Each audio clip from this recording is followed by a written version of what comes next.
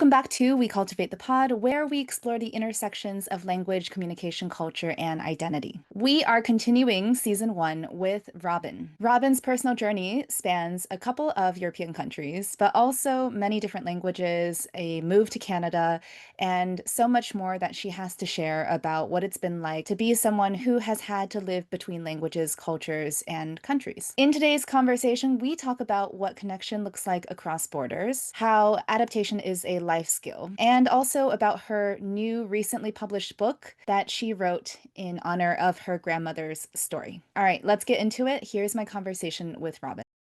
Well, thank you so much for having me. I'm Robin. I'm the founder of Our Connected World.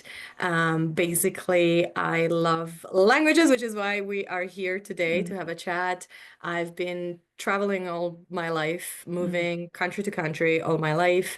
And of course, learning languages. I'm now fluent in four has been quite important mm, for my story, for getting me where I even am today, here, and also the reason why I founded Our Connected World in the first place. mm. And yeah, right now I'm sitting in Calgary, Canada. And so this is already international episode by Yeah, itself, right? exactly.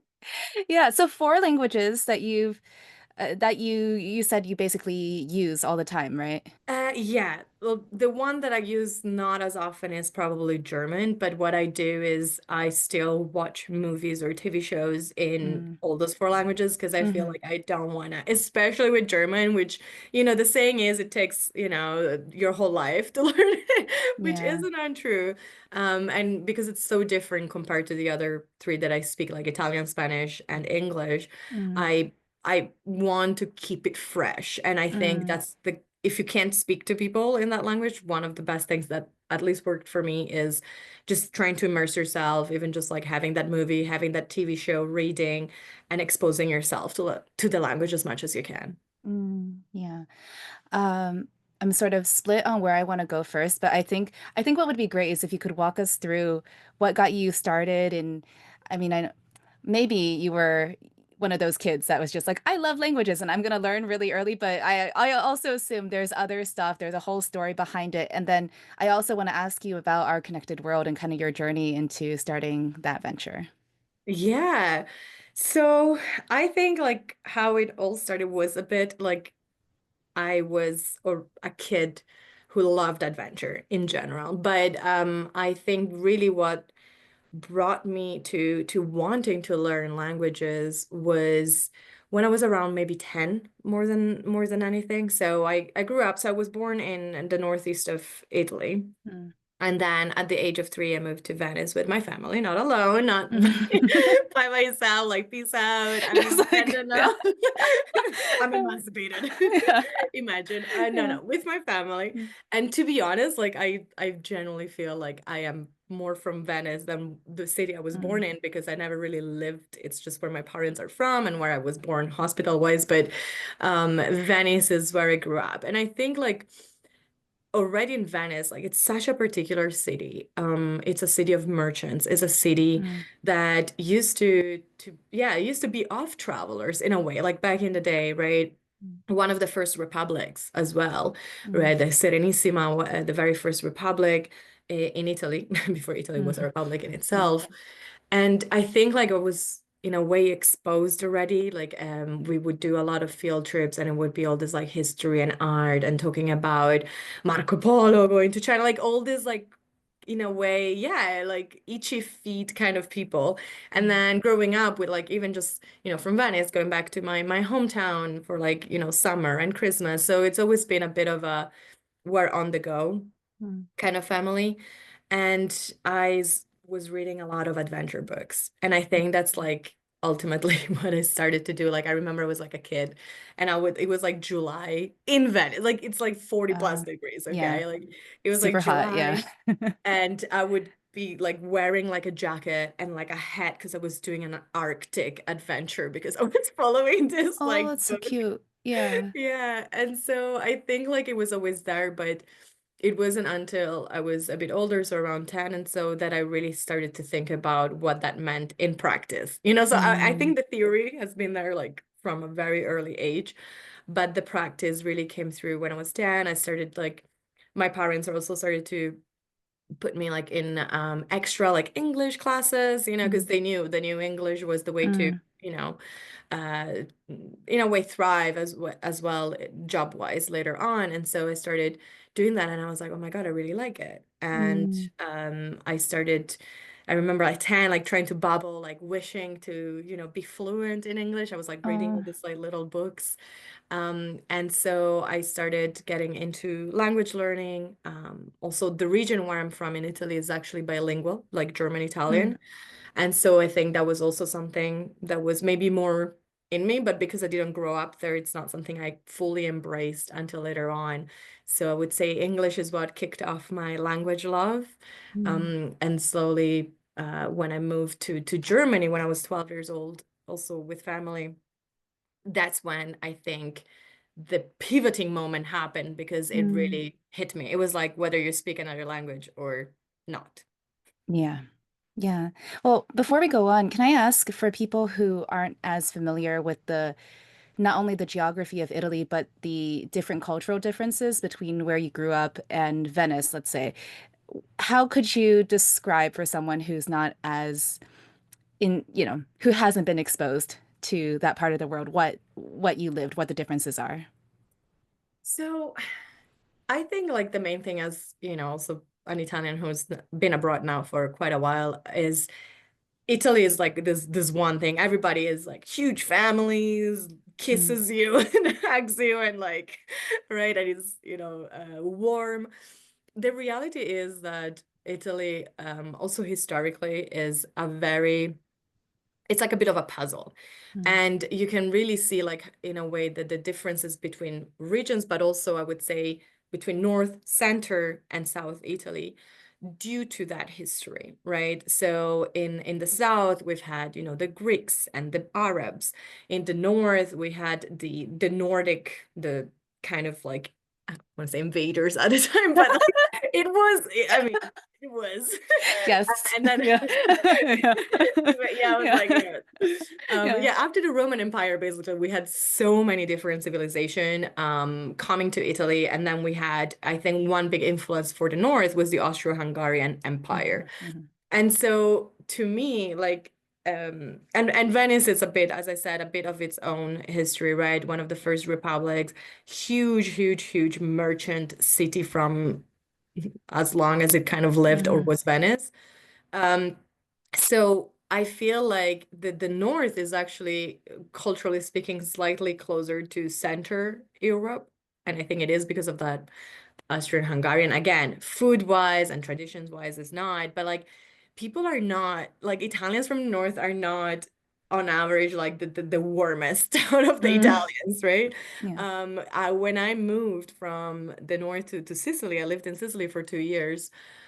I had a cultural shock because in the Mm, South, I would say like they are a bit more what the stereotype of Italians are. They have bigger families, they are more traditional. It's again connected to their own history and like also a bit the populations that lived in the South before Italy became Italy, right? mm, Until 1861. We were all yeah. scattered around. Central Italy, I mean, strong with the Medici family, Tuscany, right, where technically Italy was born. Yeah. But yeah, so it's not just regional, but I would say like if even just like in the three stripes, you already have a bit of a mentality difference within Italy. So Mm, when I moved from Venice to Sicily, I was kind of shocked because I was like, everybody's so warm. And like mm, in Venice, I wouldn't say that they're not because I mean I was living there, that's all I knew as a reality, right? But I could really feel like the difference. Like they welcomed me, and it was like the last year of elementary school. So, groups were already formed. mm, And I feel if I was anywhere else, it would have been way tougher to integrate if it mm. wasn't that, the people were just naturally warmer and friendlier and wanting, like hospitality wise, just on a whole new level. Yeah, yeah.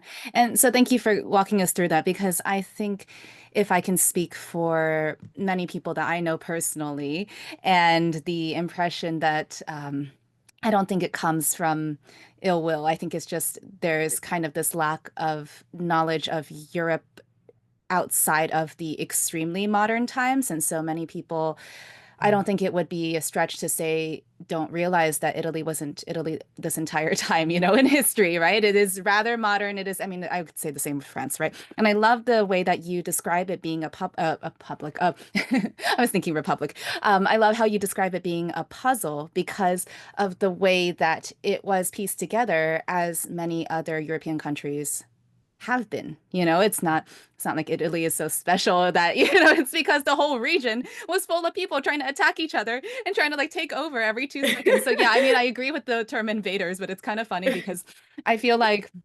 I only laughed because I was like, oh my God, it's so true, right? Not just like, oh yes, our northern neighbors, but like at one point everyone is at war. And that's also how lines were drawn and redrawn over time. And Yeah. so in the work of We Cultivate overall, but also me personally, I always want to make distinctions, not to necessarily say that we would always see it with language, but how we think about language and people and culture and different stereotypes and identities. And especially because you are someone who is from the country, but moved around in the country before moving out of the country. I do feel that gives you a different perspective.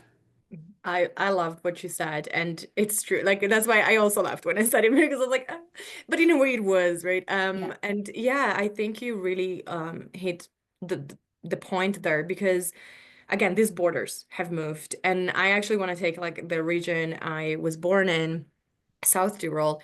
It is actually so recent. And this is why it's bilingual. So 1919 is when it became Italy. So Mm. Italy, again, this is all war stuff, right? And as you said, Europe, everybody's close. Like it wasn't that hard, right?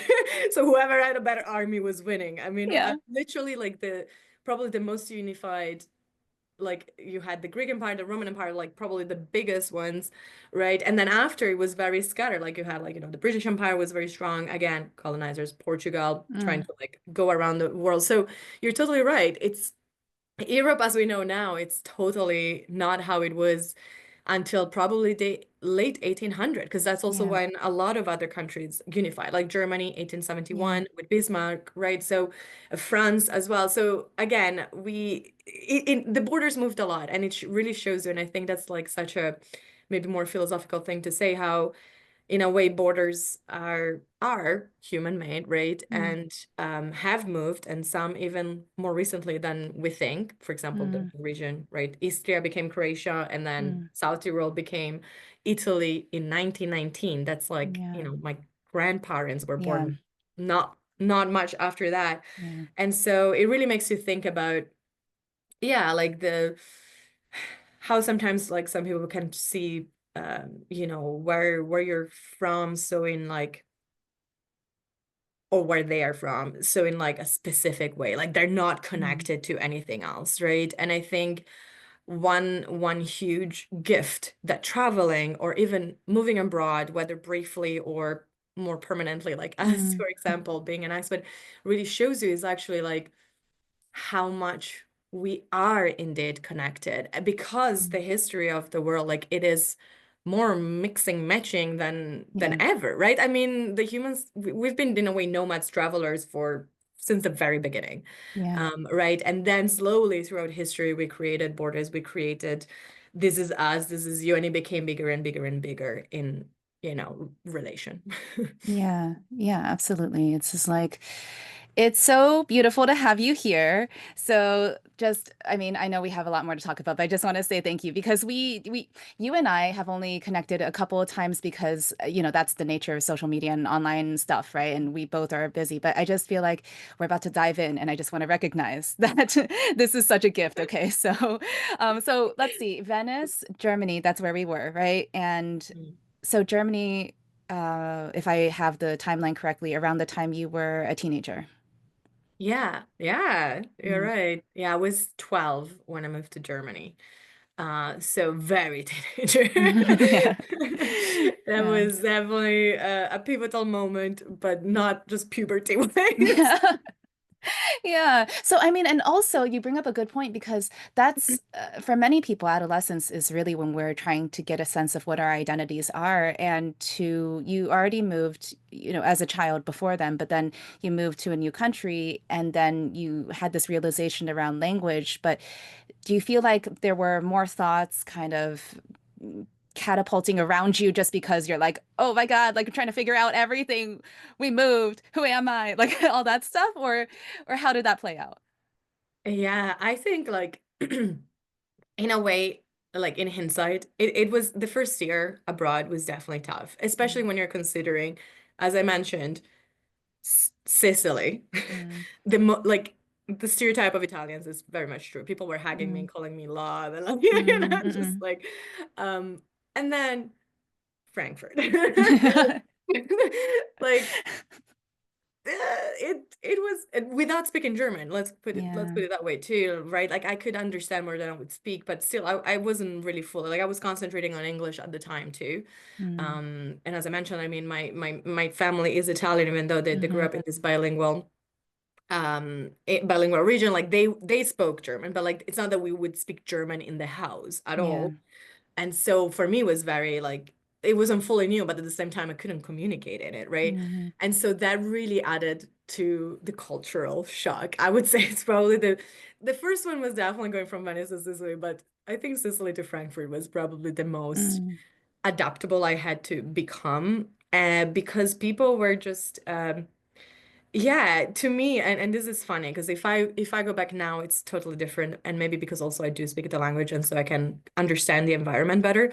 But to me, it was like nobody is smiling. oh, I felt everything sounded, yeah. and German, if you like the thing, it's funny, right? If and this is, I think, a great metaphor because I couldn't understand what people were saying. All I could hear was just the tonality of it, which obviously coming from Mm, mostly just Italian, it is definitely more aggressive sounding mm, language, mm, right? And the moment I started to feel different was the moment I started to understand properly German. And then I mm, could tell that there was like a joke or a tonality, right? But hmm. without actually understanding the language, it was just a mix of like body language being like non-verbal language and verbal language Yeah. being so different, especially after 2 years in Sicily, where like just culturally, Hmm. right? Also because Frankfurt specifically is it's a business city. People are on the Hmm. go. It was one of the biggest cities I had lived in. So a lot to unpack. And this is just from like trying to fit in or trying to Hmm. understand what was going around me. And then on the other side, as you mentioned, you're a teenager, peer pressure, not peer pressure, but like trying to be liked by everybody in a way, right? Yeah. And you're trying to form new friendships. And yet now it wasn't just about people already knowing each other and you coming in as the new girl. Mm, It was also I couldn't communicate with yeah. 80% of the people. I was in an international school, so I was, they were Italians, and so I would speak to them. But Mm, until I actually mastered English, it was really hard. And I think this is definitely something that shaped me. I am extremely sensitive to like if I see somebody on the side or if I know that somebody doesn't speak the language that is spoken in the group, I'm extremely sensitive to it because of that experience of being like you cannot express yourself. You cannot be yourself. You cannot create connections to the level that you want because in a way you keep on feeling like you're weird. Like no matter mm, what you do, because you can't communicate to people and you cannot show how you are. And so I think that was like the extra, let's say, challenge while mm, also being just going through a teenager, trying to figure out who you want. But because relationships and friendships are so vital, especially during that time, right? mm. You're more sensitive to it. I feel like when you're, uni time or whatever, once you get in your 20s, like especially after your 30s, you're like, Yeah, yeah, yeah. I don't need everybody to like me Oh my to God, like no. my. But Yeah. that's not the mentality you have when you're like, No. like up until probably 19 even, right? Yeah. To 20. So it's just added, it really added an extra layer of resilience I had to build, which Mm, obviously in hindsight I'm very, very grateful for. I think like I really had to learn a lot also to about myself and mm, about counting on myself and living with my own thoughts in that Mm. sense, right? And finding who I was beyond my language. And I don't know how to describe this. Mm. I feel like Oh, that's you so good. understand. Yes, I get it. I know exactly what you I know mean. you get it. Yes. Yeah. I'm sure whoever is listening will have Yeah. a moment to really feel it. But like, yeah, transcending, as we mentioned before, borders and going beyond that. And I think that was probably the greatest gift that came from quite a big challenge, I would say, especially as a 12-year-old, the Mm. first year until by working a lot and also thanks to my parents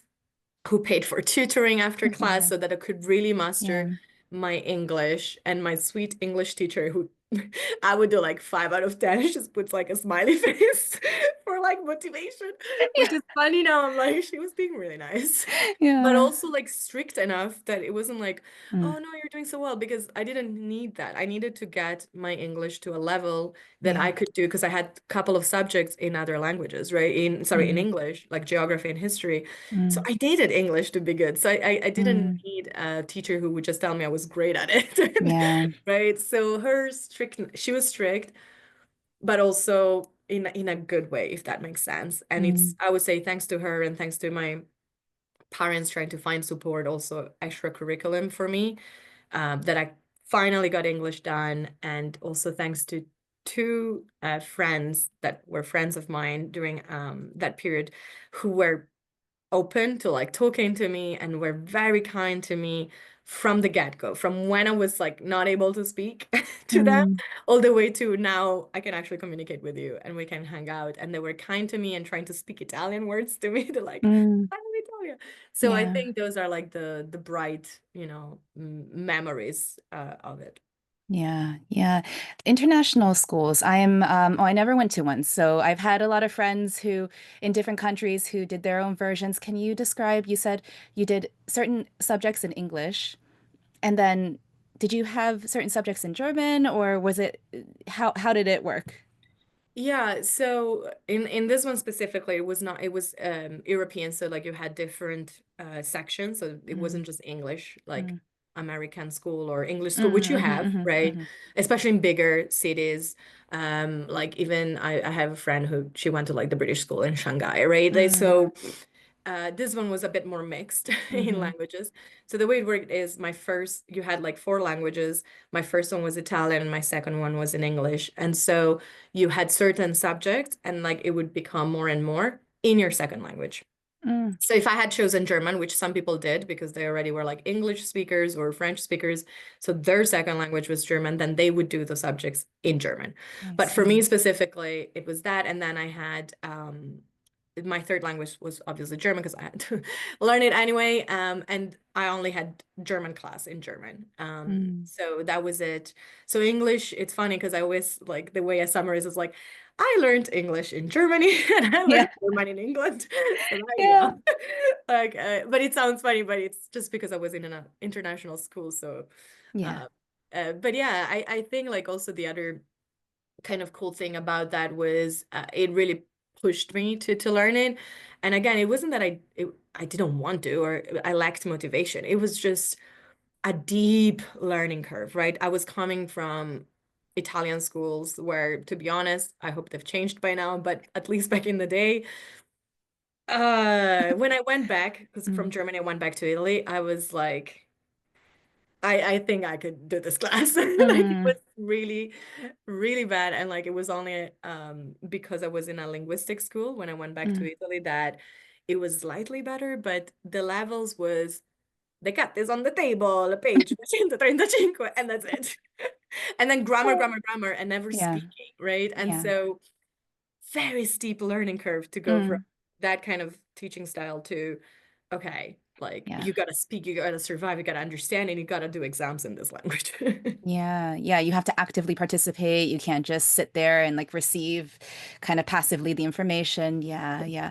I don't know for Italy. I know for France only. So I can't, it's not, we're gonna have to like do an offline conversation. But I love I that. was, I was gonna say that you're reminding me of when you said you learned English in Germany, you're reminding me of a friend I met in France who she's Spanish, but she came to France to, like everyone's adults, so like it's not like a school situation. She just came Yeah. to kind of learn the language, learn about the culture, because essentially it was always kind of a dream of hers. And she left saying, she's like, well, my English improved because she met so many other people, and also because she didn't speak any French, right? So she had to Mhm. arrive starting from the beginning. She had a lot of trouble, as I think many people do in the country, trying to find people who would talk to her, who would slow down enough, who, to find those moments where she could have language exchange. This wasn't in Paris, right? So I do think Paris is kind of that exception because larger city, more international. But she found me, she found a couple other people, and of course, we weren't going to use French with her because, and at that point, like we were all still learning ourselves. Yeah, so she met all these different people and she essentially improved her English through speaking with all these different people in France. And she was like, well, I guess I needed to improve my English anyways, so that's good. And then she left being like, I'm bilingual in the wrong language, but like I'm bilingual, So I love that. Yeah, yeah. that's the side effect of, expats coming in Yeah. is that we're like, you're probably gonna just really improve your English. Yeah, yeah, yeah. Because like they're the most chatty people, really, like English speakers, I feel. Yeah, Yeah. Well, yeah. I And mean, it okay, it is depends, yeah. it, Mhm. it, it depends, but in general, yes. And also it is the one language still Yeah, that connects. So that everybody had as a second language in most countries, right? At some yeah. point. And so it is the easiest way. Like if you have like French and Spanish and Italian and uh American and Hmm. somebody, I don't know, Singapore, a Yeah, Singaporean, right? You will probably speak English. And that's what happens also like in hostels and yeah, stuff like that yeah. until sometimes, then it's like nationality groups forms, and then it's Hmm. like Germans with Germans, French with French, Italians with Italians, and Canadians with Canadians. But yeah, in general, I would say like I saw it with Erasmus students, like at uni time, like Hmm. it's just a go-to Yeah. when you're like in a bigger group. So yeah, it makes sense. Yeah, yeah. Can I ask for your personal opinion on that sort of concept? And it's definitely more a philosophical question, but do Love you it. feel like it's a good thing that we have English is what we have now. It could change in the future, right? But we Mhm. have this one language that is the international language, as many people call it. Do you feel like that's a good thing so that we can communicate better? A lot of people, of course, are worried that their own national languages will be erased and replaced. What's your take? I love this question. And 100% it can change, right? There's already talks about Mandarin becoming Hmm. the next English. And I mean, statistically speaking, it's probably between Mandarin and Spanish when we look at like the amount of population who speaks what, Yeah. followed maybe by French. But it's funny because, for example, in Italy, let's take Italy as an example. French was the second language. French is what my grandfather, without going back too many generations, my grandfather or whoever managed to get to, until 16 into school, would study, right? Hmm. So English was not a thing until probably actually the Second World War, right Hmm. after. Yeah. So that already is something that changed. And if you look, actually, I would say that there's quite a lot of Italians, especially in the north, who are pretty good with French or then moved to France, right? And probably their French is better than English. Hmm. From like an international perspective, my own, first of all, I don't have anything. I like English as a language, so I'm glad, like Yeah. it's something that I can use to speak. I think there's, as everything, a pro and a con.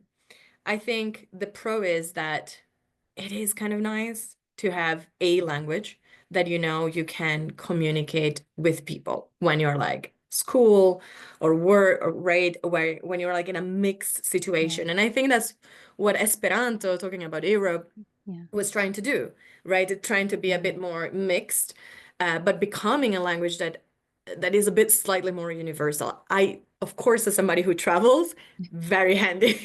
Yeah. But the con is that, yeah, like it can be perceived also as you're giving that power to one specific language. And of course, there's native speakers of that language. And so in a way, you start looking at it as, Canadians, US, South Africans, UK, Ireland, Australia, Yeah. New Zealand, they have this, in a way, advantage over people. And also because I guess people who I've seen it, like you learn, but because you speak English, I feel like you're less motivated until you do move to a country where they're like, no, you gotta speak Spanish or French or, you know. Right. Um, so I think like there's definitely a bit of that feeling. I personally don't have it, but I think it's also because then if I meet somebody who speaks Italian or Spanish or German, then I would move to that language if that makes the person more comfortable because that's their native language. Um, I I would hope that having like a common language doesn't make, and I speak specifically also to when people are traveling and they are in a new country, Mm. because English is, you know, the language that people are expected to kind of know at least, it doesn't prevent people from trying to learn the language of wherever they're going. Yeah. I'm a big advocate that no matter where you're from and what your native language is, if you're going to XYZ country with XYZ language, you should try to have a minimum knowledge or show a bit of effort. And I think that should be just like a rule, right? Yes, of course, people probably know some English, but there's a lot of different levels that people know English in or are comfortable speaking in English.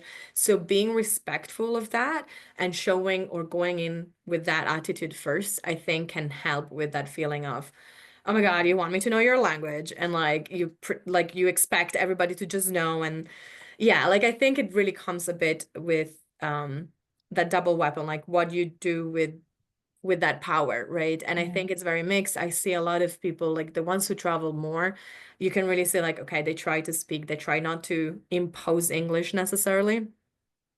But at the same time, I think I've also seen other people who just go in and overwhelm Hmm. locals Yeah. with English and don't notice that maybe somebody's struggling with understanding because maybe their English level is not as high up, right? And Yeah. so I think as long as you put respect first, no matter the universal language, whatever the universal language is or is perceived to be, then I think it can be more of a pro than a con. Yeah. So yeah, again, Yeah. it's a very multifaceted answer Yeah. that I'm Well, trying to summarize. it's an interesting, well, thank you, because I think that is, you touched on so many different points in answering because there is no straight answer, right? People often No. feel like it falls in some sort of binary, and I'm like, well, how did you get there? Because like most philosophical questions, like we don't know what the perfect answer is, or and Yeah. we also don't know how the world will evolve. And I also think your point on travel is so good because now we're talking about different circumstances. We're not talking about whether or not the language is more valid because you can talk to people. You're saying that in certain circumstances, you might need a language like this or another one, but at the same time, we have to be aware, especially English native speakers, and it's on the list of things I'm trying to get to. I'm like, I have so many initiatives with where I want to go. And I will say for myself, but also many people that I know, they aren't aware that they're born into what is essentially linguistic privilege in this day and age, right? And Yeah. you don't realize when you travel because many places and countries in the tourism industry, they might adapt to you because they want to, of course, do business. They want to welcome in English speaking clientele, right? That makes sense. Mhm. But when you are inside of what I'll consider just monolingual, but meaning like English only travel experiences, I think unless you speak another language, you don't realize how much this closes you off from other worlds. And you can be in a different country and you can be exposed to different cultures and people. But if you don't learn a little bit on how they're communicating, what they're saying, how they're saying, how how much are you accessing really? How much are you exposing yourself to because you're still locked inside of this one language? And that language world idea, I feel like you really have to speak more than one language to understand it. And I do think it's very, very interesting to see what will happen as time goes on, as more children hopefully start to learn different languages, but also Mm. travel themselves. But I hear everything you're saying also, and like, let's make sure that it goes both ways and it's not just Yeah. one-sided. And I think you touched on a very important piece. And obviously, as people in general, I think there's two things. First, I invite anybody to speak a second language. And Mm. again, you don't have to be fluent and speak about religion and philosophy in that language. But languages really open your mind because there are a mirror also in different worlds. And I think you said it like it when you speak another language, you can see different worlds. And I think that's Mm. very, very true. And from a travel experience, like if you can connect to the locals, and a way to do it is by speaking their language, you will experience the place differently. Like Mm. I can see it, for example, I speak Spanish, right? So every time I go to Latin America or Spain, I don't know. It's just different. Like I would go with friends and like they know a bit of Spanish and they try and like they understand more than they speak, right? And we connect differently, right? And then even just seeing my friends like doing that effort and playing that effort, then it opens up the other person more. Because of course you're not gonna learn 100 and whatever, 20 plus 50, I don't no, more than that. 200, I don't even know. There's so many. I was like Yeah. 120, so that's the amount of countries. So Yeah. even more so, right? Because I mean, India alone has 60 plus different languages, right? Mm. So it's wild, right? You Yeah. cannot do that. But I think like going both ways where you're like, of course, you have like your, let's say, English as a second language, or you have as an English native, whatever, as a second language, like usually it's French or Spanish, I would say most of the times. But then having even just those basic words to just show a bit of respect, because you can learn thank you Yeah. in all the languages if you wanted to, or at least, Yeah. short-term memory, you can learn it and remember it for the Yeah. time being that you're in Mm. that country. But especially if you're staying in that country for longer, which in a way, hopefully you do so, like more like slow travel to really get to know a country a bit more in depth, then 100%, in my opinion, you should put some effort into connected with locals with the language. Again, some languages are harder than others. A lot of people also, if they speak English or they see a struggle, they will switch Yeah. to English. But I think it's just almost like a gesture of Yeah. respect, right? To try, like in Holland, oh my God, like I try, like, and I studied in Holland. I Mm. don't count it as a language because again, I'm not fluent in it, but I understand it, I write it. I'm Yeah. very like basic with it. And then I would speak, and then I was like, oh my God, your accent's so cute. And then they switched to English because they're so good at English, like Scandinavian Yeah. countries, right? Like Yeah. they're born bilingual. But Yeah. anyway, At least, right? yeah. And Minimum. then the switch to it. So Yeah. again, if some like that opens the conversation in a different way, than the expectation that Yeah. the other person is fluent in English. So yeah, it's definitely tricky. And as you said, it also depends maybe on the experience that you want. Like, do you want to Mm. see multiple worlds? Do you Mm. want to connect? Do you want to immerse? Or is it just like a 1 week out of your, so it's, I think people have different approaches to it, but in general, put respect first, show some effort that you want to connect with people. And I think that goes a long way, no matter what language you're using. Yeah, yeah, absolutely. I want to go back to your journey inside of your studies. Well, we're still there, but I heard you say that you studied linguistics, or you were in a linguistics school. Would you Yeah, like to yeah. share? Yeah, when I went back to Italy, I did a Yeah. linguistic high school. Uh, And the only reason why it's called like that is because you have four languages instead of two. uh, So that's, yeah. The high school in Italy works a bit different. I don't want to bore everybody with the educational system of Italy. But yeah, so I went back, and because I was, coming from, finally like having three languages under my belt, I didn't want to lose that. And so linguistic high school is basically you have four instead of like only two, but also you're doing literature connected to it. So I did Italian, German, Spanish, and English literature. mm, And that's probably my more linguistic side of things. I loved it, and I think it was very fitting because I feel like even just learning about literature, when you learn literature, so not just like, the grammar and talking in the language, but you really get, as we said, you get a level, I would say, even deeper. yeah, Literature showed me a lot more in depth, like the history, the culture, the different phases of those specific countries. And I mean, it's a lot of countries. So yeah, like I would go through like all of, I mean, obviously Italy, but like I learned way more, I feel, about, UK, Ireland. And then from Spanish, it was not only Spain or the Iberian Peninsula, it was also the Latin America. And that was Mm, my first peak, mm, as a 17, 18-year-old. I did it for like 1 or 2 years only because you add the fourth language later, but whatever. Um, and I did only literature, and it was my first peak in Latin mm. America. And I think that's actually what started to get me into, I really want to go there. Yeah. Right? And how different it was. So, of course, it wasn't everything, but like I felt that by adding literature during my linguistic high school time, I went a level deeper into the culture behind the languages. Yeah, yeah. I'm sorry. We might have to go, and you might have to explain Italian high school. So, uh, so just because I know you're like, okay, just brush past it, but I actually think many of us might need it. So, when you say you did four languages, it was it. So I assume it's a model where your high school focuses on those four languages, and is it about the languages, or is it because you did classes in those languages in your international school, but this sounds like it was more language and literature for those four. Yeah, no, you're right. So everything was in Italian, minus German class, Mm, Spanish class, English hmm. class. Okay. But it wasn't an international school, it was an Italian high school. So the way it works in Italy is you have elementary, middle, and high school. So elementary, I think that's pretty standard, 5 years. Then middle school is 3 years. So you're about 13, 14 when you get out of Mm, there. And then you graduate around 18, 19, hmm. depending on when your birthday is.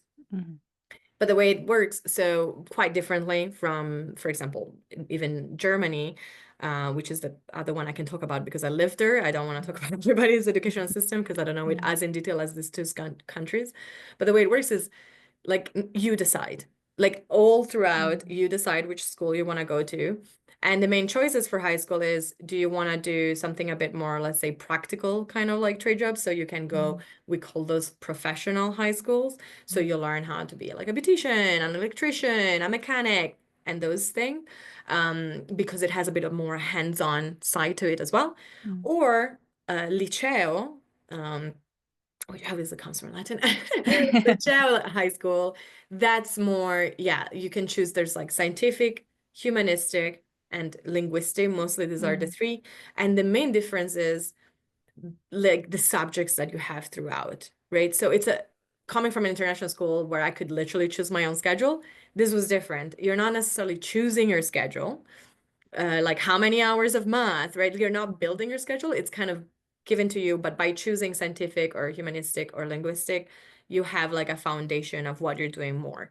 So linguistics simply meant that you're adding two languages. So you're going to have throughout the week more language slash literature class.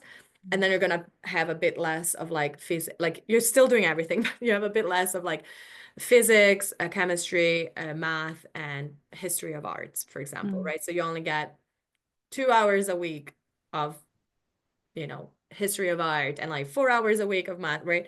So the mm. scientific is still there, but it's just not taking as many hours per week as, Mm, yeah. for example, It sounds almost like you have to specialize or you choose your it's not a major, but it's what I'm tempted to say, right? Like it is early. like Yeah. in from an internet, like even how it works in I also know like in North America, right? Hmm. Or in English speaking countries, it is a major Yeah. in a way, Yeah. right? And so it's just less of build your own schedule, I feel, compared to, when I was in international school, I was like, okay, I want to do, we called it like hard math, which just meant 2 extra hours. So I did Yeah. that in international school. It's like, I don't know why I did that, but I did, I guess. Yeah. But yeah, I was always more of a humanistic subject Mm, person. hmm. But in Italy, what I do, I mean, I hope it's still there. Again, I'm talking, but I'm like, there's been quite a lot of changes. I'm Mm, pretty sure, like, for example, history of art has been taking off or it's not mandatory anymore, mm, which is interesting. But what I do like about the Italian high school is that no matter what major you have, you will still have a bit of like every language. So it's not because you're having scientific or a humanistic high school major that you're not doing anything of the other mm. stuff. Like you still Yeah. have a bit. So in a way, I felt that it was helpful because it's, for example, history of art. I don't know why. everybody always hates it. Right? And Yeah. I don't know, it's one of those classes where everybody just gets like distracted. It's like, why are we here? Paintings. Yeah. But it's so funny because Yeah. I'm like, I am so glad I had it, whether I wanted it or not, because it's so great knowledge. And especially now traveling, and then like I Mm. recognize paintings, and I'm like, oh my God, having like this random memories from high school, Yeah. even though it's studied like the day before it, Yeah. having an Yeah. exam.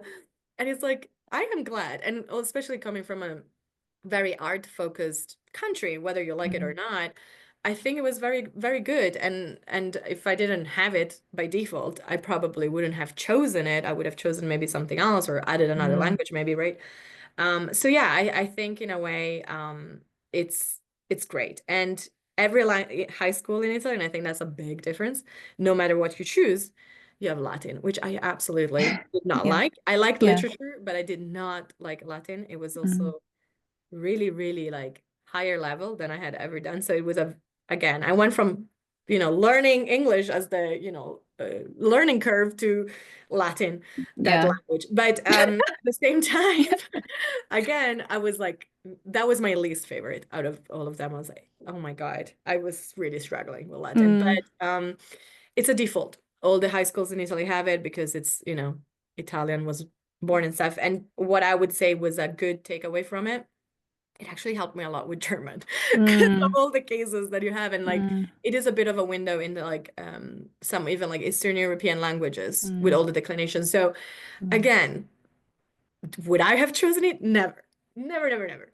Yeah. But I think, and I hope that the educational system in Italy keeps that where it's like you still have a bit of everything so that you do come out of high school with still that general knowledge that will help you no matter then what you choose to specialize in. Yeah. So I wanted to highlight that. Thank you for walking us through. I know you're like, oh, Yes, it's not I necessary, don't but want to bore people. I love to talk about educational systems. it's actually not boring because for two reasons. The first, I feel that many people believe that European countries work the same. And so they're like, oh, yeah, my friend in Sweden or my friend in Germany or whatever, my friend's kid in whatever other, name another European country. And it's like, no, but. No, but it's like different countries, so they have different education systems, right? There are certain similarities because, for instance, they're mostly all public education systems sponsored by the state, right? So like that's a difference, right? We have a whole 50 state system that's a mess. So we, just put that all aside. But I also think the second reason is that like you're saying, it depends on when you were in school. So you're saying like, yeah, I went to school at this time, but it may not be the requirement anymore, or it may not be the case. And I just also think sometimes references are just so outdated when I hear people talking about them. They're like, yeah, so and so's grandfather from Italy didn't have to do physics. So clearly in Italy, they don't teach physics. And I'm like, you guys, like, don't you think that countries can make changes and implement them? So I do think while you're like, oh, it might be boring, I actually think it's very illuminating for many people who aren't familiar, not only with this part of the world, but with parts of the world that they don't call home. Mhm. I don't think it's specific to Europe. I think it's how we need to be thinking about countries in general. Yeah, Yeah. 100%. And I think it's very true. And yeah, Europe is very different. And like I want to say that one thing that I kind of tell my US friends is look at Europe like the way you look at the 50 states. Every Yeah. state, like you have a federal level and then you have like a state level. That's Europe, but with even more historical differences. Yeah. Yeah. Now Right. let's So imagine all the states used to be its own puzzle, but like that is scattered, and then they right. were all the borders were all different, and then they all tried to Add attack each more other. Yeah. confusion. Yeah. And each one had So a different yeah, language, and then yeah, exactly. exactly, exactly. Like add a Yeah. lot more layers, but that's Yeah. kind of like, when I try to explain it to people, because it is so different, and that's why I kind of know like probably Spanish, German, Dutch, and English, as in from England, a bit more, right? But probably the only two that I know the most is Italy and Germany, just because I was, Yeah. living there. I know that the system works similarly, but again, education is part of the educational programs under different prime ministers and different policies. So yes, it 100% will always change. So if Yeah. like a education minister decides to, Yeah. pretty sure they took like, don't quote me on this one. I'll have to Google it. I'm pretty sure they took off history of art as mandatory because I remember like hearing the news and being like, oh Mm. my god. Yeah. Like my friends like, oh, can Yeah. you imagine not doing a school? Yeah. And feeling a bit sad that they did that Mm, actually, because it's one of those things that I don't think are mandatory anywhere mm, that I know of. It's mm. always like a choice of Yeah. subject, but I Yeah. actually feel like it can teach a lot and can be so interesting when you travel. Yeah. But yeah. Maybe you can go put it back. Maybe you can, Yeah. you know. Sorry, guys, I'm back. Yeah. Yeah. I'm back now. Yeah, I Years know. outside of the country, I've I know. decided. I know. Elect me. Yes. Elect me. I would love that. Yeah. Education minister, I would like that. I think that would be fun. Yeah. Yeah, maybe more complicated than I'm imagining. I mean, like this is a magical parallel world where like it's so easy. Yay. Uh, Education. I actually think it's complex because systems, but complex because people, right? And so when you It's have 100%. so many political interests inside of Yeah. um, Definitely every not government, easy kind yeah, of path. Yes. yeah, I'm in a yeah. wish world right now. I'm like, yeah, education minister. I love it. I know. And we all blame our education systems, right? I think that's like the universal Actually, that's very true. pain, right? We're like, it doesn't matter where you came from. Although I will say we often see that wherever we were educated was bad, and then another countries, it doesn't matter the country, it doesn't matter if it's true even. It's like, oh, it's better over there. And it's like, The will we grass is always greener. just exactly like will we always, no matter what reform is made? Okay, again, topic maybe for a different time. We're on a schedule today, so we have to get going. But I want to turn us to all right. So now you're in Canada, and so where is so in your storyline? How did you get to Canada? How did you and is that also where you started your business? I started it in Canada. Hmm. So yeah, like it was during COVID. So I was in Mm. Canada literally right before COVID Uh, hit. So yeah. Mm. um well, basically after my master's, I went back to Italy briefly, maybe like 7 months, Mm. to save money to leave again. Basically, that was the plan. Yeah. But it was kind of nice to like be back for a little bit as a, older after Yeah. uni years person. And then I did a working holiday Mm. visa for Canada. So I had about a year before my visa expired. And that was like, me tipping toes, Mm. tipping the toes, however the saying Hmm. goes, Hmm. um, into the Canadian waters. Yeah. And it was actually the first time They when were I had cold. to leave. Sorry.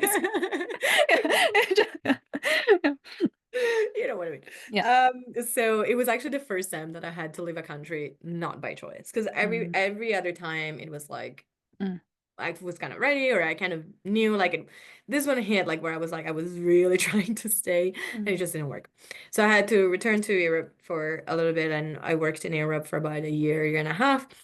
And then came back and I came back and the rest is history. I have moved in between. So I was like in the East Coast before and now I'm in the West Coast as a base because I mean still mm, traveling and that part I don't think ever will ever end.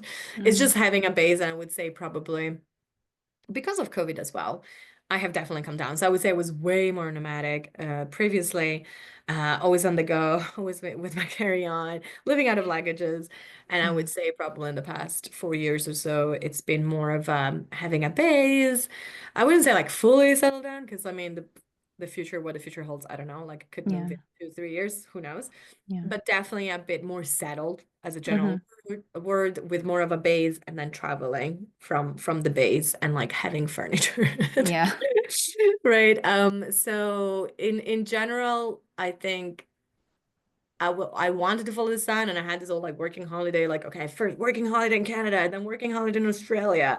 And that Mm, was my plan. And then life decided differently because instead of like leaving, I was like, I have only 1 year visa. I may as well use all of it. So I actually stayed for the winter season. I worked at a ski resort and yeah, it was amazing. I don't regret any of it. I think sometimes you have an idea and then it just, you got to be flexible to change your plan and mm, everything. I really believe everything works out in the best way possible as long as you put your heart into it, yeah. and you act in the way you feel aligned in the moment. Mm. I think people often think that they need to act in a way that feels aligned in 10 years time. I'm Yeah. out of that, philosophy of life because I think there's so many variables that can change and you don't know Yeah. what you want in 10 years There's Yeah. one thing that we don't have as humans is a crystal ball to know the Mm, future. So the best you can do is always act with what, like maybe 6 months time, like for certain goals, right? When it's also more bureaucratic, it may take a bit longer. yeah. Citizenship, visas. You need to plan that a bit more ahead, but like Yeah. I genuinely like feel that, yeah, bringing it more to you now and more Mm, short-term goals, as much as you can really keeps you on the right path, or what at least you won't regret. yeah. Yeah, I've had to learn this as well because I used to be a huge planner and a huge kind of not necessarily 5 and 10 year plans, but I would have like multiple different variations of the different plans and how everything would work together. And it drove me a little bit crazy for about 10 years or more, actually. But I do think that something that I realized along the way, because I kept changing, I kept evolving, and I was like, how do I plan if I'm, like if I don't even know what's going to happen next year? I don't even realize how much I am different. And I saw something Mhm. the other day that was like, why are you planning for a version of yourself that hasn't existed yet? Right. And I'm like, yeah, Mhm. why are we doing that? Like I do think it's a modern society kind of optimization problem. I don't really think it's just one country or culture. I think a lot of times we're told like you need to do X, Y, Z by this time. Also, like be very like pragmatic, which is Mhm. good. You do need to be pragmatic about things. And I do think it's about ambition, right? And Mhm. if you want to target like even immigration or something, you want to target that country, great. But also, like, what if you go there and you don't like it? And then you've spent like 3 years planning for something that you're not going to enjoy. Or like, what if you meet someone? Okay, like I met my current husband, right? I met my partner. Like, why? I couldn't have expected this, right? Like, I now have this whole other aspect of my life that I couldn't account for. And I Mhm. am very grateful that I did learn this lesson eventually. It's hard to turn off, though, I think, because Mhm. you're so wanting to you're so future minded and I've learned to leverage it for the good. So I'm like that makes me able to plan things out and also have like yeah, I still have backup plans. I still have all this, but it's like archived. I don't need to act on it necessarily. Yeah, yeah, I think I love what you said, and I love that again. It leaves room to the unexpected. Like you Yeah. don't know when you meet your partner, and obviously when you meet the partner that you want to stick around with, Yeah. more long term, it changes your plans whether you Hmm. want it or not, right? Because then you're thinking about both of you, and Yeah. unless you really have like a strong, I want to go here, I want to do that, and that is the reason why the paths divide, Mm. your future then is accounting for another person, right? And even more so now, obviously it's a long-term relationship. Obviously, like you want to do things together, right? You're at that point where you're like, this is like also our goals and stuff. And so I loved what you said where you're like, I leverage it for the good because it's not necessarily bad to plan. Mm. I think having goals ambitious, like reach for the Mm. planets, like, Yeah. right? Like do it. Please do. And Mm. it's not it's dream and act big, Mm. 100%. But I think sometimes it's just about the con of it is putting pressure on points Yeah. that don't need pressure. And Yeah. so I love that you said that some of it like you archive. So one thing that I found has helped me or also has helped like people I've worked with or talked to is I generally like to work with the 12 months spectrum because I think it's Mm. enough time to, kind of know what may happen or where you may be, but also it gives you, like that flexibility, right? So 12 months goals and then reverse engineer from that and then concentrate on those small milestones that you need, Mm. right? And if things move, that's okay too. I Mm. generally am a believer that sometimes we have this pressure, oh my God, I have to do this and I have to achieve this by this time. And then Yeah. things happen in a way, and then it's like it happened maybe 1 year later, but guess what? That was a better time for it Yeah. to happen. And so planning is good, setting goals, absolutely. Mood boards, any of those, Hmm. visualize it, but it cannot all be important at the same exact time. Yeah. And so I think by, in a way, also choosing like top two, top three for, Mm. more shorter term and acting as that version. I love that you said, why am I planning for a version of myself that is not there yet? Yeah. Right. And so you're acting, I would say, even more aligned just by default because you have shorter term, and it's also making it then more possible and more Yeah. controllable, I guess, in a way, which means then you get to the goal, which means that's going to Yeah. be more rewarding and it keeps you. Yeah. So yeah, again, as a lot of things, pros and cons, it can be like a double-sided weapon, right? Where it's like putting a lot of pressure and then you're overwhelmed and then you give up, Mm-hmm. Mm-hmm. right? Yeah, or you've put on all this work and you're like, it's not aligned at all. Like because it's aligned to that Exactly. past version of you, which like great for her, but like I'm not there anymore, you know? Exactly, Yeah. exactly. So yeah, keeping it closer, and I think that's what comes out of like mindfulness, meditation, visualization, journaling, like or any of those practices really, really can help with setting more still ambitious goals, but more that you can actually control and act upon. Because again, a goal can be a goal, but if you don't act on it, it's Yeah. just gonna stay a goal. It's an idea. I'm wondering if you can talk a little bit about, and this is like totally not related to the same topic, by the way, so I'm just trying to make sure like we don't run out of time. Other people seeing you making a value-based evaluation in a way that doesn't align with who you are, simply because you present as someone that they they want to put in a box or a category in their heads. That is like the most complicated way I could have asked this question. Basically, are you judged internationally? Look at me trying to like put in diplomatic language. Are you judged internationally? And can you also talk to us about how those have played out? Yeah, and you mean like judge because I speak the languages or judge when I Uh, speak in a language? both. Yeah. Both. Yeah, no, I got you, I got you. Yeah. Yeah, definitely. So, I mean, luckily, I guess for me, Mm, speaking for languages has opened more doors than closed. I mm, think in general, people react pretty well to it. I think it's given me a toolbox that is invaluable because again, I can connect if somebody's like, "Oh, I'm Spanish," it's like, "Oh my God, let's speak Spanish," and mm, then you're like, just immediately those walls go down, and you're like, so opening up to each other.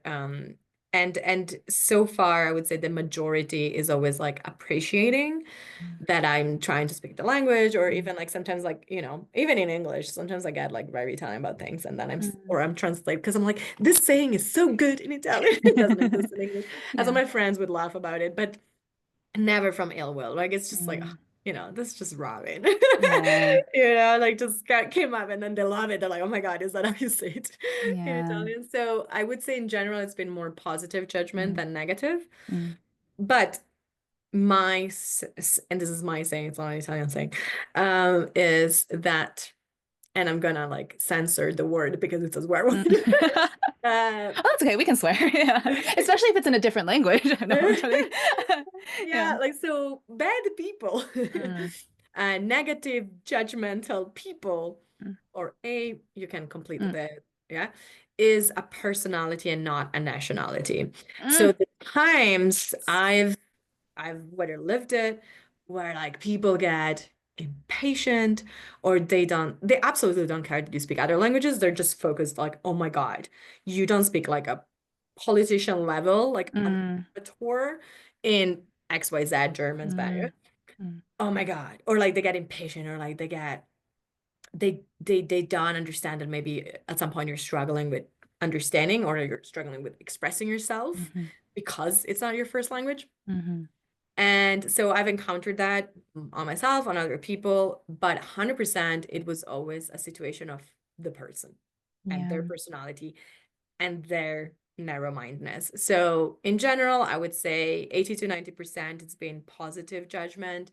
I would say even more like people being like, "Oh my God, you must be smart."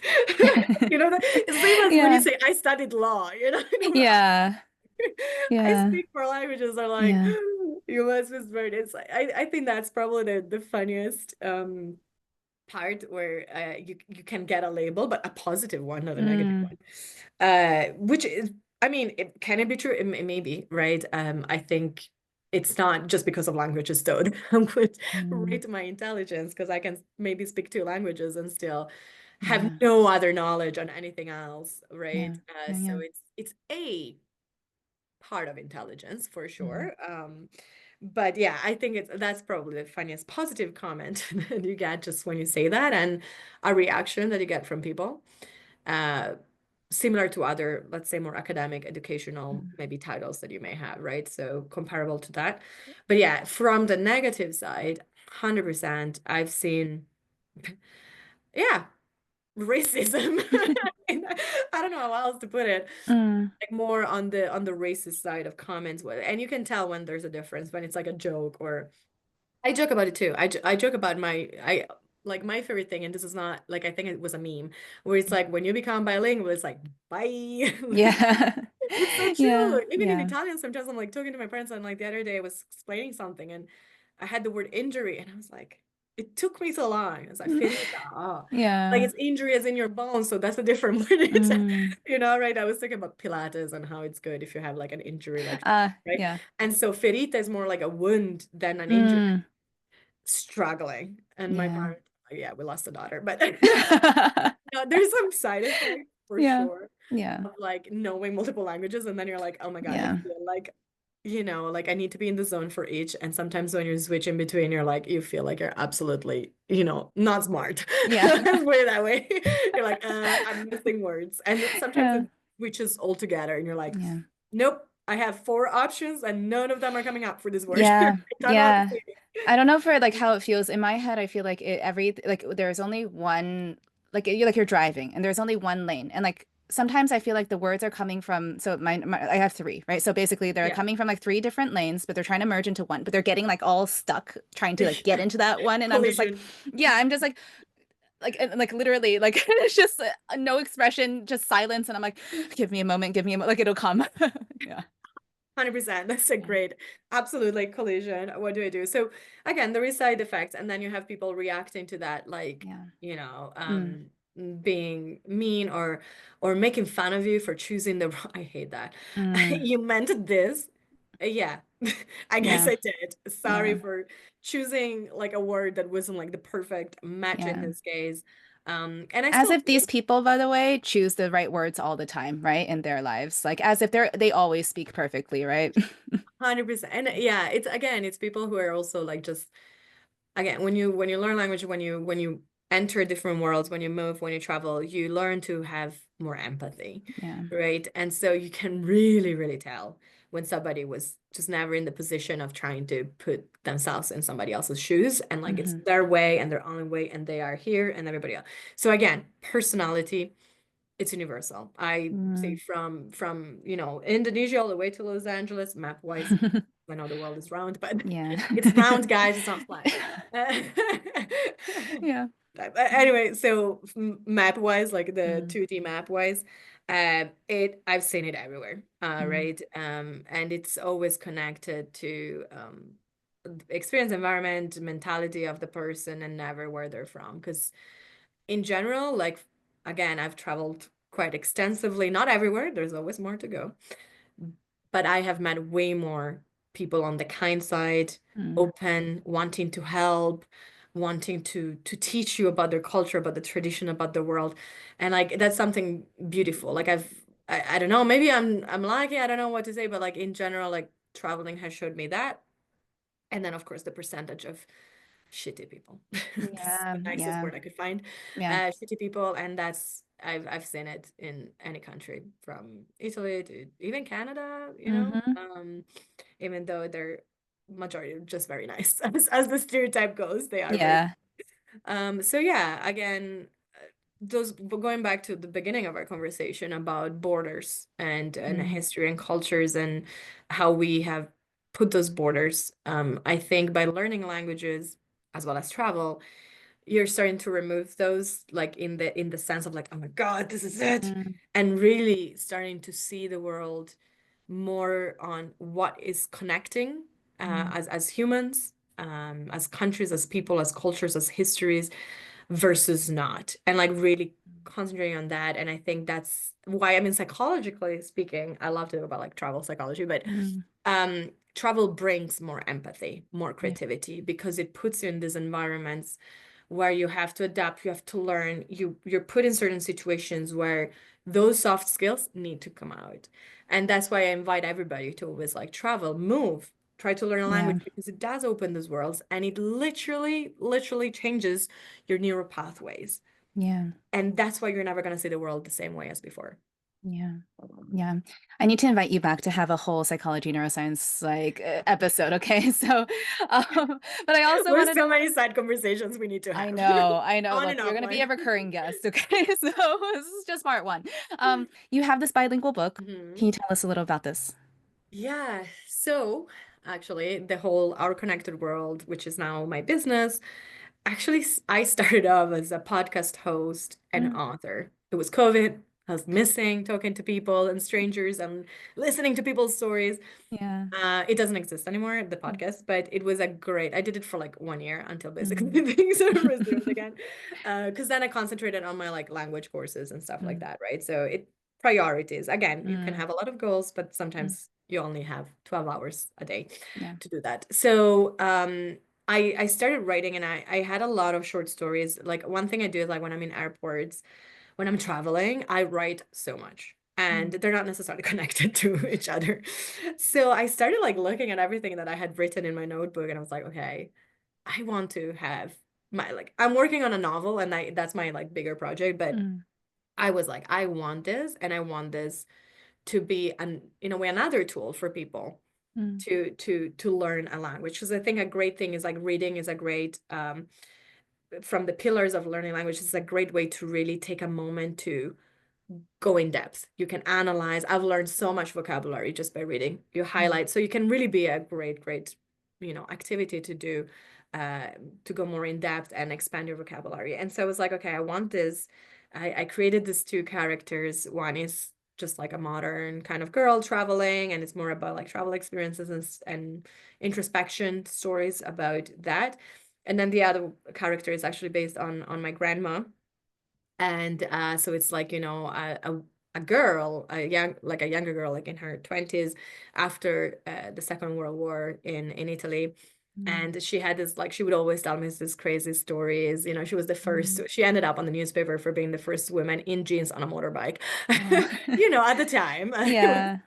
she was born in like 1932 or something, like 35, like Mm, literally like during the war. That's when she was yeah. born. So she had these amazing stories, and I wanted to give a bit of a tribute to that. And Wow. so it is fiction, but Henrietta, like her character, is 100% based on my grandma, Mm, with fictionalized elements. And so this, yeah, short story collection was born. I translated into Spanish because mm, especially I feel that's like a language that can help you travel as well, more than Italian. I love Italian, mm. but it's only spoken in Italy. So I wanted it to Yeah. be helpful.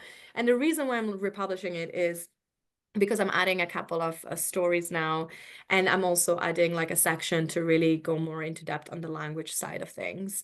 So Mm, again, it's like a leisure book, but the idea behind it was it can be that extra tool that you can do Duolingo if you want to, but yeah. you can also read a book, and it's digital and stuff. So yeah, that's why I'm republishing it. COVID project going a bit bigger this time, Yeah. 2025. Oh, I love that. I love also that it's I think it's so special when you can take stories that are essentially nonfiction, but then you kind of add in these fictional characters to kind of help bring it to life. And I just think that's so cool. I can't wait to see it. I will be picking up a copy. I mean, picking up. I will be clicking and downloading. I don't know how it works, like Yes. a copy. I mean, I wish it was in a bookstore, but I don't I think it would Yeah. be digital. Let's Yeah. see, in digital stores. Yeah, I know. Again, fiction, I think is I like fiction, writing fiction more because as you said, it gives you a bit more freedom to change. So like if I want a certain message to go, then I can add to it. Mm, But the inspiration, again, my grandma, like I was very close to my grandma, of course, growing up, but her stories are something that, from my grandparents are something that like I will never forget. And part of me is like they didn't get the chance yeah. to share it with the world, but I can in Yeah. English. And so that's kind of maybe a second reason behind why I wanted to share her stories too. Yeah. Yeah. I love when I see that it's younger people who had this connection to their grandparents, but also they lived during a time that doesn't exist anymore. And it's exactly as you said, they didn't have technology and social media and all these other things to help Mhm. share their stories. And they have incredible stories that they pass down. And yeah, Yeah. Yeah. 100%. You got it. Yeah. I want to kind of wrap up with maybe any advice you would give people because you do have your language courses, but also you have lived what it means to be multilingual, and also we talk about the judgments thing. What would you tell people who are not necessarily struggling with the language, but struggling with what it means to welcome in a new language into themselves? I think the first thing that came to mind as you asked that is don't be too harsh on yourself.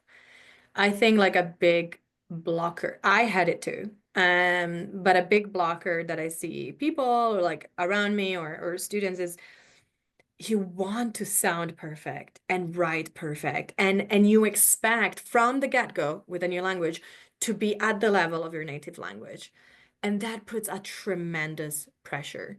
And as we said before, you trying to speak a language in front of somebody who's native is going to actually build a deeper relationship with the person and show respect before somebody mocking you. If they mock you, they're part of the second, Mm, shitty people that we talked about, yeah. personality, not nationality.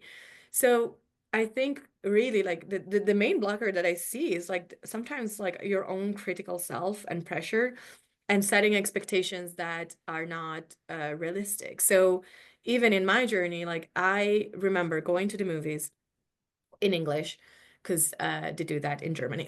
Hmm. And I would go and I would come out of the movie and I would go with my family and I would be like, I understood 50% of it. And then I would go again. And as slowly, it was like, I understood until I got to 80%, which for me was like, oh my God, that's actually really good. Because I mean, even now, I would say my English is pretty good. I can handle it. I work in it. I like, I use it all the time. I mean, I Hmm. live in an English speaking country now Hmm. too. I speak English every day. Yet, do I know all the words? No, probably not even in Italian. And so expecting that like I should never be surprised by a new word or the Hmm. meaning or the usage of that word in that different context is very unrealistic. So even when you get to an advanced stage of the language, there's always more to learn. It's almost like you really see it as a continuous journey. It's like you're trying to travel across the whole world to every single country, right? There's always more. There's always new nuances. I'm also writers. Like there's so much more I can do with my writing. And I think to be honest, it's more of the beauty of it, of like that you're always, evolving and reaching new levels and new progress, but you can always get more out of it if you want to. If you want to Hmm. stop because you just want to travel to the country and you want to have like just I want to be able to have a conversation, that's a different goal and you can achieve it, but don't from the get-go put expectations on yourself that are just adding pressure or making you not speak, not Yeah. write, right? And panic when you're listening and you're not understanding every single word the person says. One huge thing, and maybe this is point two, and I'll leave it at that, Mm. is connected to this, where it's like one big skill, and I don't know if this is talked about enough, when you're a beginner in a language, is absolutely managing to understand and kind of like handle a conversation just by understanding whatever, let's say 40%, and you can put it together and understanding the context of it and having almost like you're developing almost a skill of putting together the clues that you have to understand the bigger picture. So you're not understanding the detail of everything Yeah. because you don't have that skill yet, but you're able to combine the information enough that you can handle the conversation and you can have a response as basic as it can be, depending Yeah. on the level. And I think this is a skill like that is not talked about enough. And I Yeah. always tell like the students is like, I don't need you to understand 100% of this text, 100% of what I'm saying to you right now. I need you to be able to respond and feel comfortable with not understanding everything because it's going to take you a while until you do. Yeah. And as soon as you get comfortable with being uncomfortable in that sense, it's like a workout. Mm-hmm. Mm-hmm. Just get comfortable with the sweat, get comfortable with the muscles burning. Mm-hmm. The more you just keep on progressing. And that's going to be inevitable. The more you practice, the more you learn, the more you stay open to mistakes and so on, the faster you're going to learn that language. I love those, and I echo for sure the part about being comfortable being uncomfortable, because I think a lot of people think it's kind of cliche. It's kind of like, oh no, I'm okay, I'm tough, I'm vice president of blah blah blah in my company. I have this, like, big job, big house, big, car, whatever stuff. I'm so good, I can handle language. Like, it's not. It is a psychological game. It is about how you're managing, and also welcoming, such a passive word really for this. It is how you are managing to incorporate new information. And we're gonna, I mean, hopefully in the future, talk more with each other. But I agree. It's a lot of, I call it pattern recognition. I call it kind of taking, like you said, the individual pieces. How can you weave them together Yeah. without knowing what the gaps are yet? Just pick up on those things first, and then you can build from there. Otherwise, what are you building? Like, what are you building on? Right? Like, there's no foundation. Amen. That's it. Amen. Yeah, That's yeah. exactly what I meant. I am going to wrap it up here completely. Thank you so much for sitting down with me today and spending a longer than a little bit of your time. Um, where can people find you? Instagram, obviously, nowadays, at ocw.academy. That's I'm there. I'm in the DM, so you can write me at any point in time. And Mm, then also like ourconnectedworld.ca. That's my mm, website. mhm. So probably those two are the best places to get in contact.